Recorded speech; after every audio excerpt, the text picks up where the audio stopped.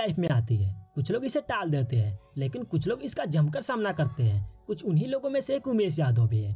उमेश को अपना करियर बनाने में ना जाने कितनी बार सफलता मिली, लेकिन उन्होंने कभी हार नहीं माना। मैं आपको बता दूं कि उमेश यादव अपने ग्रेजुएशन की पढ़ाई भी कंप्लीट नहीं की है, और उसका एक ही कारण है गरीबी। उमेश के पिता के पास इतने पैसे नहीं थे कि अपने बच्चे को आगे तक पढ़ा पाए। उनके पिता एक कोयले के खान में काम करते थे, और उस टाइम उनका सैलरी उतना ही था जिससे कि उनके परिवार का 2 वक्त का खाना मिल जाता था।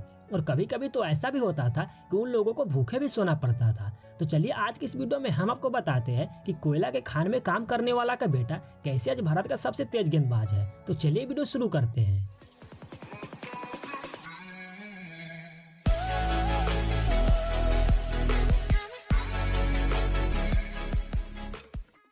दोस्तों, उमेश यादव का फुल एंड रियल नाम उमेश कुमार तिलक यादव है। उनका जन्म 25 अक्टूबर 1987 को महाराष्ट्र के नागपुर में हुआ था। बहुत कम ही लोगों को पता होगा कि उनका निक नाम बबलू है और उनका अपना घर उत्तर प्रदेश के देवरिया में है।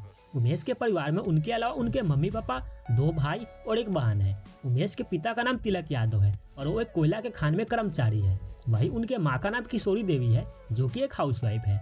दोस्तों, उमेश यादव को आज भारत के बच्चा बच्चा तक जानता है और वो आज करोड़ों संपत्ति के मालिक है। लेकिन एक समय ऐसा था जब उनके पास 2 वक्त के खाने के लिए पैसा नहीं था। उमेश ने अपनी स्कूल की पढ़ाई गवर्नमेंट हायर सेकेंडरी स्कूल वलानी से की है, और जब उनकी स्कूल की पढ़ाई पूरी हुई तब उनके पापा बोलने लगे कि बेटा, मुझसे तुम्हारे आगे की पढ़ाई की फीस नहीं भरी जाएगी, तुम कुछ काम ढूंढ लो। फिर उमेश यादव पढ़ाई छोड़ काम ढूंढना शुरू कर दिए। घर की परिस्थिति ठीक न होने के कारण उमेश यादव ने अपने पिता के साथ एक समय मजदूरी भी किए थे, और उनको बचपन से ही सपना था कि मैं आगे चलकर एक क्रिकेटर बनूंगा।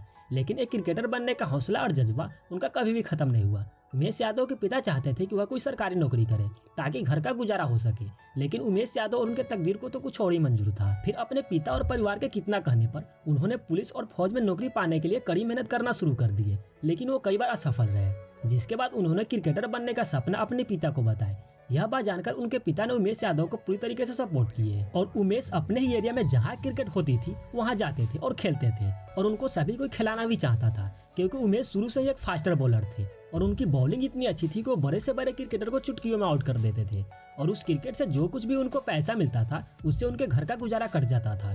फिर उसी तरह उमेश एक बार क्रिकेट खेल रहे होते हैं, तभी उनके एक दोस्त ने उनको विदर्भ रणजी टीम से मिलाता है, और वहाँ उनकी मुलाकात होती है कप्तान प्रीतम गढ़े से। और प्रीतम गढ़े उनके बॉलिंग को देखकर काफी इंप्रेस हो जाते हैं, और वो सोचते हैं कि अगर हम इसके बॉलिंग को थोड़ा और सुधार दे तो ये काफी आगे तक जा सकता है। दोस्तों, ये सभी कहानी उसी समय की है जब उमेश 19 साल के होते हैं। फिर उसके बाद प्रीतमगढ़ उनके बॉलिंग को प्रैक्टिस के लिए अपने कोच में बुलाते हैं और प्रैक्टिस करवाते हैं। प्रैक्टिस कंप्लीट होने के कुछ दिनों के बाद उमेश को 3 नवंबर 2008 को पहली बार मौका मिला रणजी ट्रॉफी खेलने का, और उस मैच में उनका प्रदर्शन काफी अच्छा रहा।